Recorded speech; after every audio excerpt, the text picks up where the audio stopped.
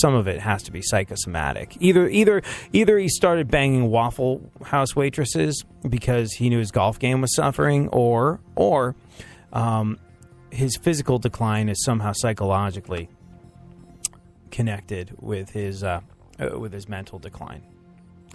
I'm no psychologist, but I think there's an indisputable link there. What else? The Philadelphia Phillies. Did you hear about the Phillies? How about the Phillies? They will start serving booze at games. Yeah, and now the bad part. To get it, you have to go to a Phillies game.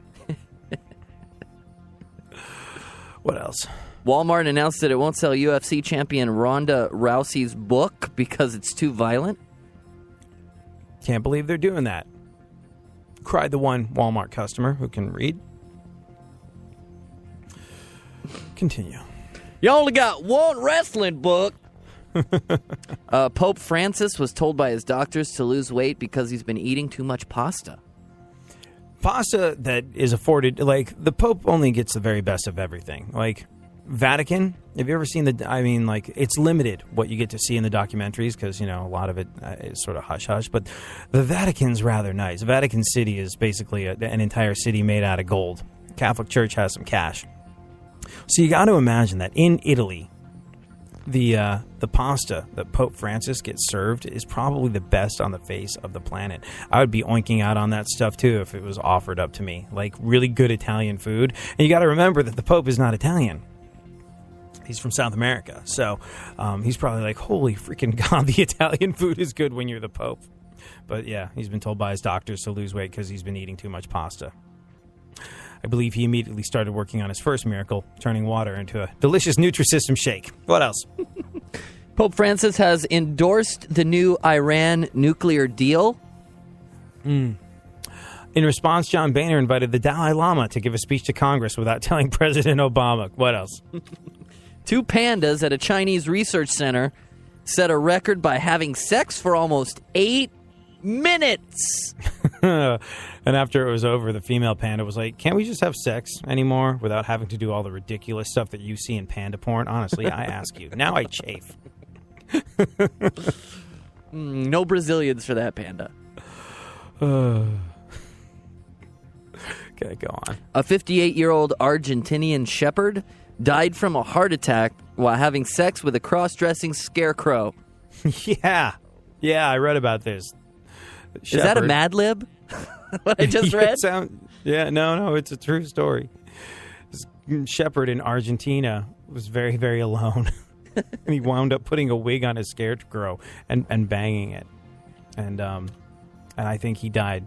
It was from a heart attack, right? Yeah. Yeah. He was... the old ticker couldn't keep up with his aggressive scarecrow lovemaking, and he croaked while he was porking the scarecrow. Doctors say the man would have lived if he only had a brain. Go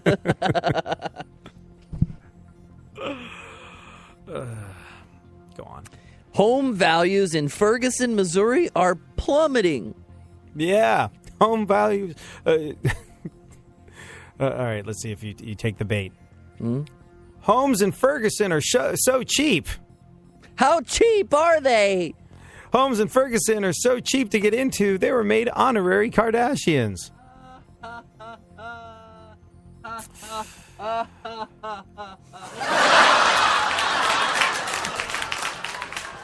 Oh, I was expecting the Karate Kid music. Well, there's happened to be people in the room at this time. So. Oh, great. Fantastic. All right, last of the news. A study finds that cats will eat their owner within hours of their death. See, even cats hate people who own cats. What else? Apple is developing wearable cameras. What if these cameras catch me doing something shameful? Like working in radio. Blah, the horror. All right, then. Let's talk about Indiana's controversial law.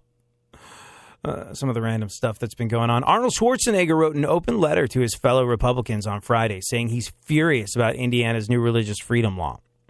He called it distracting and divisive. He said it's a law that neglects the next generation of voters and flies in the face of equality and freedom. He said, we must be the party of limited government, not the party that legislates love. Oh, very well put. I wonder if he wrote that. We must be the party that stands for equality and against discrimination in any form. If you're having trouble finding a pizza joint to cater your gay wedding in Indiana, because that's a realistic scenario, worry not. Former Scrub stars Zach Braff and Donald Faison have your back.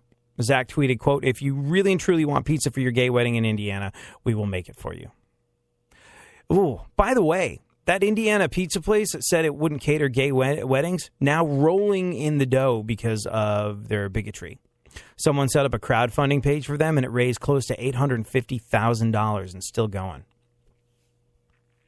Here's what I think is interesting about this. The rock band Wilco has reversed its decision to cancel a show next month in Indiana after lawmakers added language to the bill to protect gays from discrimination. And in that additional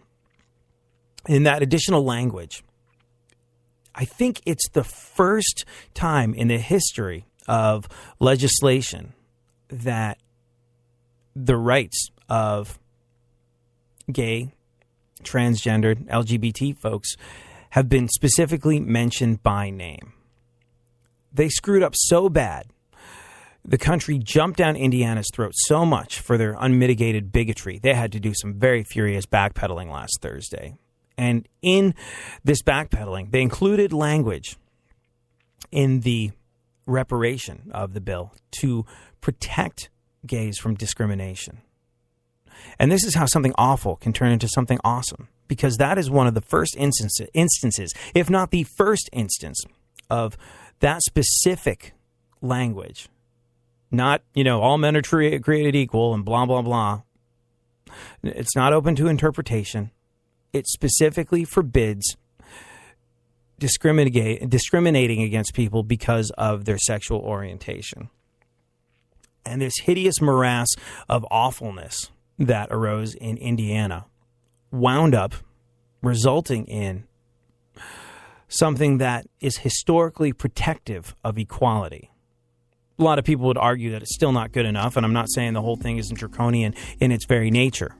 But because they went so far, they now had to backpedal in a way that could, in years to come, be found to be historically equalizing.